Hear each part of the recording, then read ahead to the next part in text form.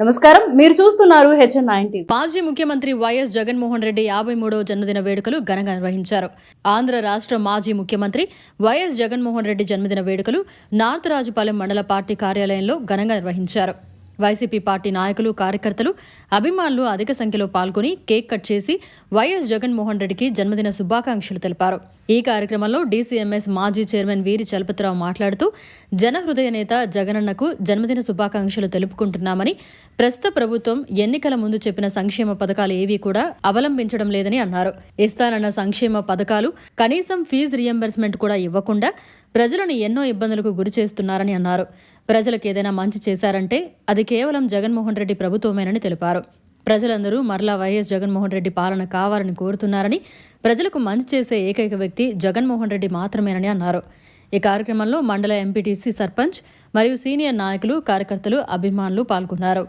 జనహృదయ నేత జగనన్నకు జన్మదిన శుభాకాంక్షలు తెలుపుకుంటూ ఈరోజు నాతరాజుపాలెంలోని వైఎస్ఆర్ కాంగ్రెస్ పార్టీ ఆఫీసులో మండలంలో ఉన్నటువంటి ఎంపీపీ గారు అయితేనేమి, ఎంపీటీసీలు, సర్పంచులు, పార్టీ సీనియర్ నాయకులు మరి అందరి ఆధ్వర్యంలో ఈరోజు కేక్ కట్ చేసి జగనన్నకి జన్మదిన శుభాకాంక్షలు తెలుపుతా ఉన్నాం.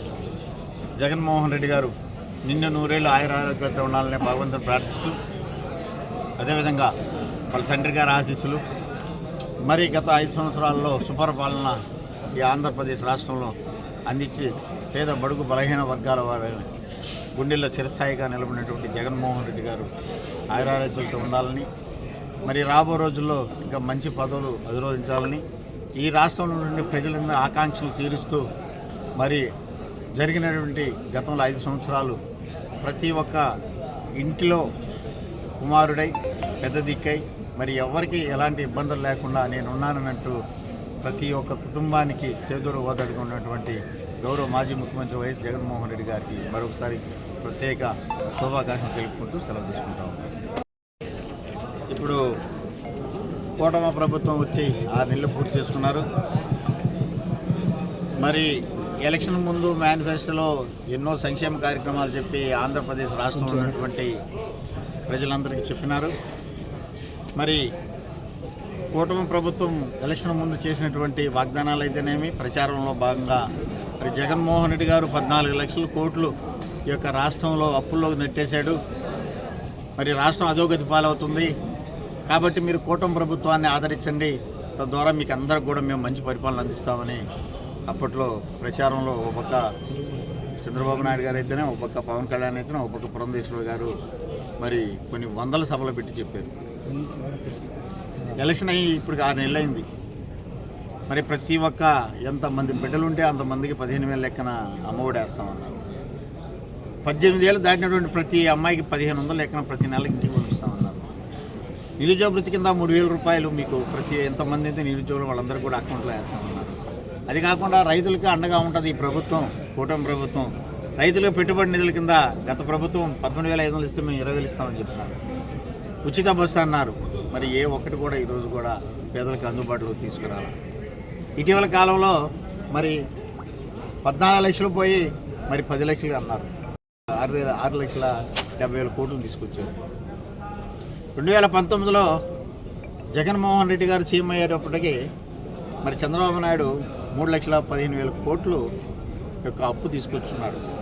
దాని తర్వాత ఇప్పుడు 6,70,000 కోట్లు అయిందంటే ధైర్యంగా జగన్మోహన్ రెడ్డి గారు చెప్తున్నారు, DPT ద్వారా అయితేనేమి, నాన్ DPT ద్వారా అయితేనేమి పేద బడుగు బలహీన వర్గాల వారికి డైరెక్ట్గా నేను బట్టలు నొక్కి 3,70,000 కోట్లు వేసానంటే గతంలో ఆయన పెట్టిన అప్పు 3,15కి ఈ 3,70 కలిపితే 6,80 అయింది. బట్ ఏదో చేసేసారని చెప్పారు, ఏది చేయలే. మరి 14 లక్షల కోట్లు అప్పున్నాయని తెలిసి మరి ఇన్ని సంక్షేమ పథకాలు ప్రజలకు ఇస్తానని చెప్పినట్టు అబద్ధాలు కదా.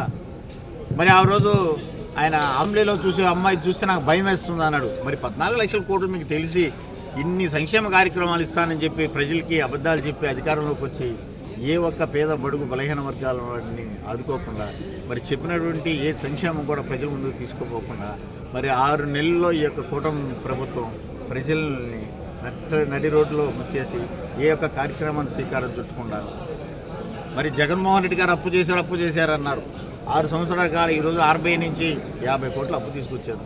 జగన్మోహన్ రెడ్డి మరి 2 సంవత్సరాలు కోవిడ్ వస్తే కోవిడ్లో కూడా అనునిత్యం ఏం చెప్పినా అదంతా బటన్ నొక్కుతా ప్రతి ఒక్కరి ఇంటికి డబ్బులు పంపిస్తున్న నేపథ్యంలో 50 లక్షల కోట్లు అప్పు తీసుకొని ఎవరైనా ఒక్కరి అకౌంట్లో కూడా 10 రూపాయలు వేయకుండా తన అకౌంటు, తన కుమారుడు అకౌంటు, తనకి ఎవరైతే సంబంధించిన ఉన్నారు, కూటమిలో ఉన్నారు వాళ్ళ అకౌంట్లకే పోతున్నాయి. కానీ పేదవారికి ఈ రోజు కూడా ₹1 చెందల 50 లక్షల కోట్లు అప్పు తీసుకున్నారు.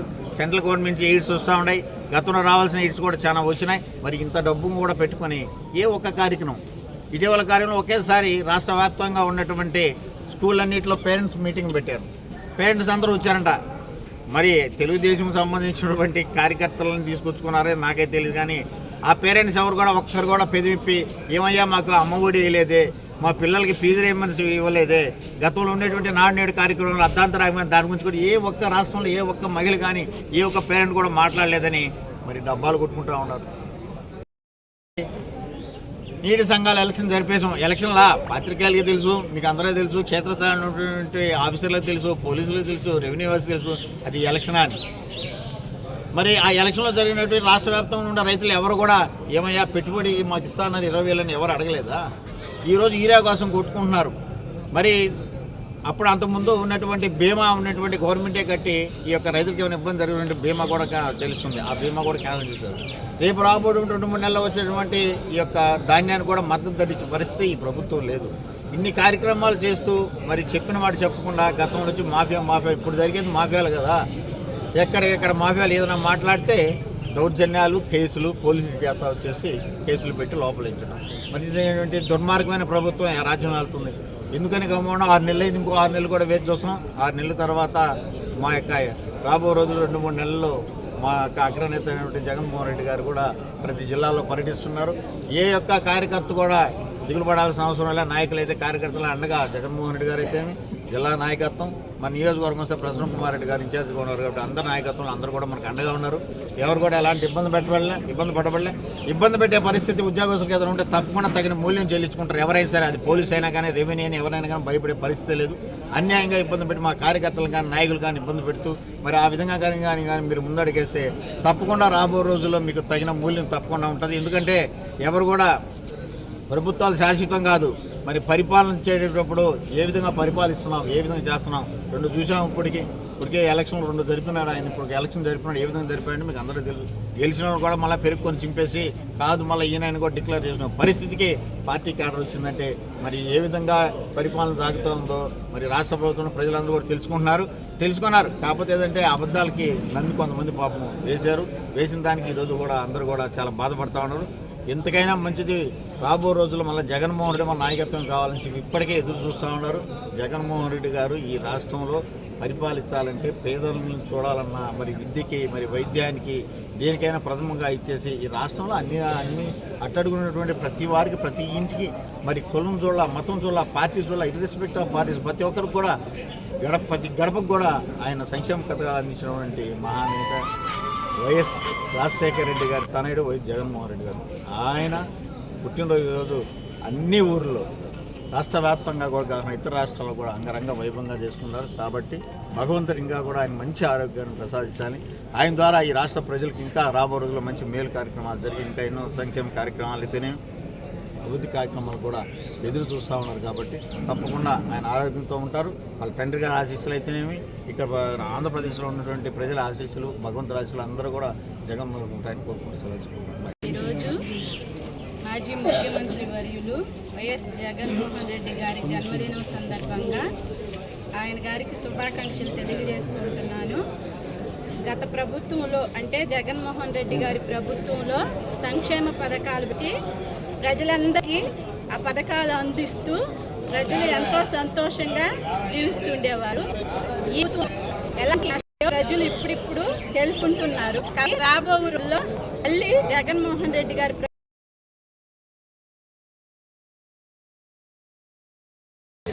ఆయన రాబో రోజుల్లో మళ్ళీ మనకు ముఖ్యమంత్రిగా రావాలని మనస్ఫూర్తిగా కోరుకుంటూ తీసుకుంటున్నారు. మరిన్ని అప్డేట్స్ కోసం మన HN9 టీవీ ఛానల్ని సబ్స్క్రైబ్ చేసుకోండి.